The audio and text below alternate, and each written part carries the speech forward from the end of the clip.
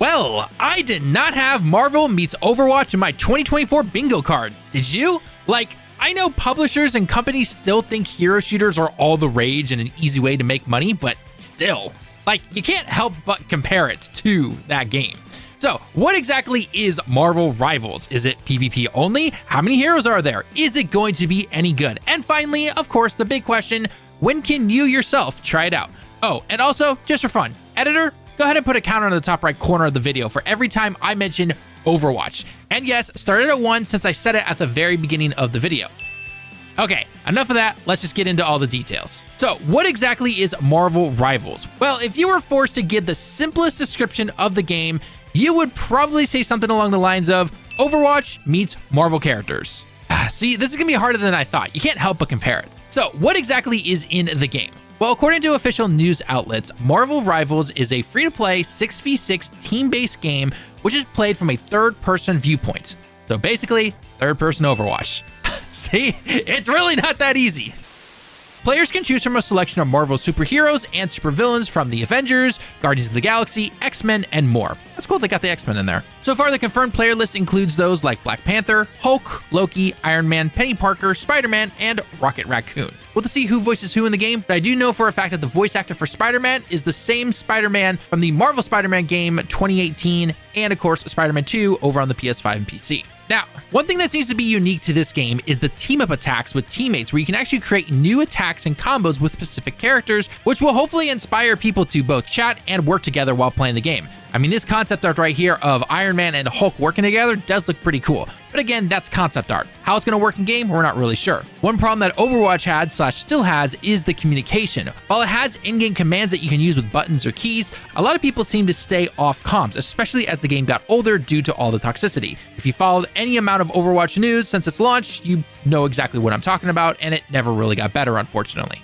Another cool aspect of the game that I'm personally interested in is the destructible environments. We even see this in the trailer, which is pretty cool. How large of a scale it's going to be is anyone's guess. One interesting note about the environments being destructible is that the team actually making the game is made up of a global talent who previously worked on hit franchises like Call of Duty and Battlefield. Now, if you know Battlefield, especially since Bad Company 2, you know destruction was a big part of those games. So I mean, if they have a few developers, no idea how big the actual team is, who got to work on these Battlefield games, not talking 2042 by the way, which as we know, like I mentioned beforehand, is famous for taking down buildings and all the destruction since something like Bad Company 2, then this could be really cool. They will obviously need to balance out the map layout so the maps don't become flat pieces of land. Rush from Bad Company 2, anybody? But if this is done right, this could bring a lot of fun to the game. One of my personal favorite games to play right now is actually The Finals, which actually ended up building this really cool destruction system that is server-based and does not hamper performance on your system, which is awesome. Now, obviously, I know The Finals can destroy pretty much the entire arena, and I don't expect Marvel's Rivals to do that,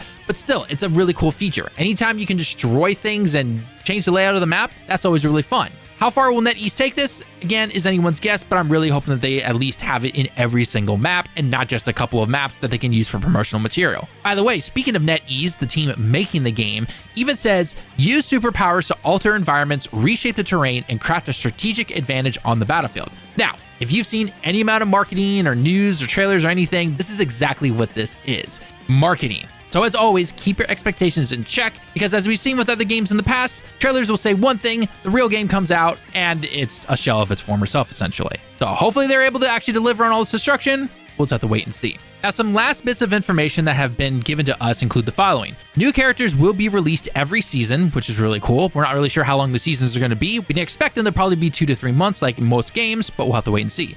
There are 18 confirmed characters, though, at the launch of the game, which is decent. New maps will also be included as well every new season. One thing we don't know is how many maps they're going to have at the launch of the game. One thing that has definitely made the finals fall off in a lot of people's eyes is the fact that there's a lack of maps in that game. There's only 4 maps in that game right now. So hopefully this game can have a lot more at the ready. There will actually be a closed alpha, which begins in May of this year, which is pretty cool. The alpha will have 12 of these said characters, so you really get a chance to try a good amount of them. And that alpha will be on Steam and the Epic Game Store, it seems. Now, one thing that a lot of people have taken note on is that there's no mention of consoles, since everywhere is only talking about the Steam page and the alpha being on PC. Personally, for me, I would be totally shocked if this did not come to consoles. In fact, just keep an eye on their Discord, and I'm sure it's already been announced / it will be soon. My guess is the news is regarding the alpha, which consoles seem to be 50-50 on getting alphas. We know for a fact that PlayStation doesn't put alphas onto their consoles. Remember Pal Worlds, anybody? Xbox does sometimes, but that might come down to whatever deals they make beforehand. Plus, this is Marvel and it's a free-to-play game. There is no way they're going to leave out the consoles. Do they put this on the PS4 and Xbox One? Probably not, would be my guess, but regardless, it's still going to be on the consoles. I, again, would be super shocked, and I will eat a shoe if it doesn't, I guess. That's going to come back to bite me in the butt, isn't it? Oh, and if you want to sign up for the alpha, by the way, go ahead and check the link down below in the description, and you just need to fill out some basic information. Email, where you are, and how often you play games. I won't lie though, I legitimately laughed out loud when I saw that they asked how long I played a certain game for, and it said 10 to 45 hours, because I thought it said per week.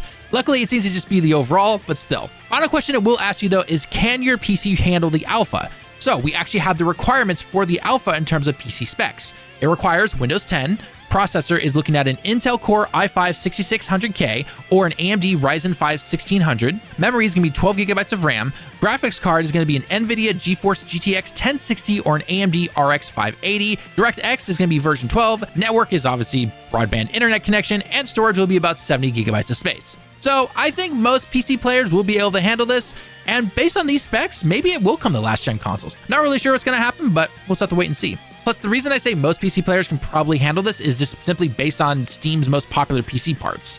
Most people these days seem to have something around a 3060, and if they're requiring a 1060 for this particular type of game, then yeah, most people should be able to play it.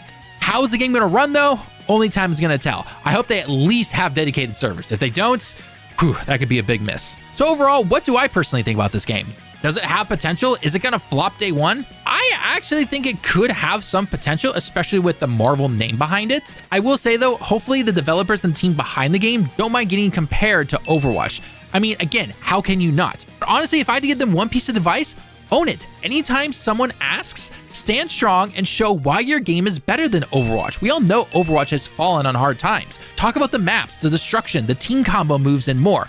But, and this is the big one, make sure you have features expected in games like this. If you come out with this cool game of cool characters, but you're missing all these little features that make those games as good as they are, it's not going to last very long. Things like voice chat, scoreboards, yes, I can't believe I actually have to say that in 2024, ping systems, tons of control options for PC, and everything else that people simply expect in these things. Oh, and finally, don't go crazy with monetization. Yes, it's free to play, but look at Overwatch right now. Look at what it's become. I know the heads of the publishers and everything have final say, but that can literally make or break the game in the eyes of gamers. So be careful. Your first impressions will be very crucial here. And no, this does not mean to throw in all the predatory monetization stuff a week after the game releases. Make it fair. We know you need to make money. We know this is a free-to-play game, but do not go crazy with it. Otherwise, this game will flop. History has shown us time and time again this will happen. So, you've been warned.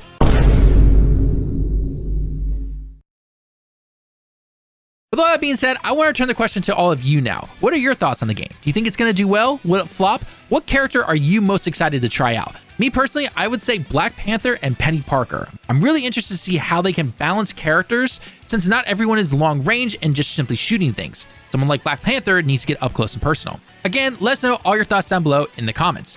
And if you happen to enjoy the video, then a like shows us that you enjoy this type of content. And if you want to support the channel even more, then consider hitting that subscribe button to help us reach our year-end goal of 5K. I've been Tallen with Direct Gaming. Thank you so much for watching the video. I hope you have a great day and week, and can't wait to see you all in the next video. Until next time, everyone, John A.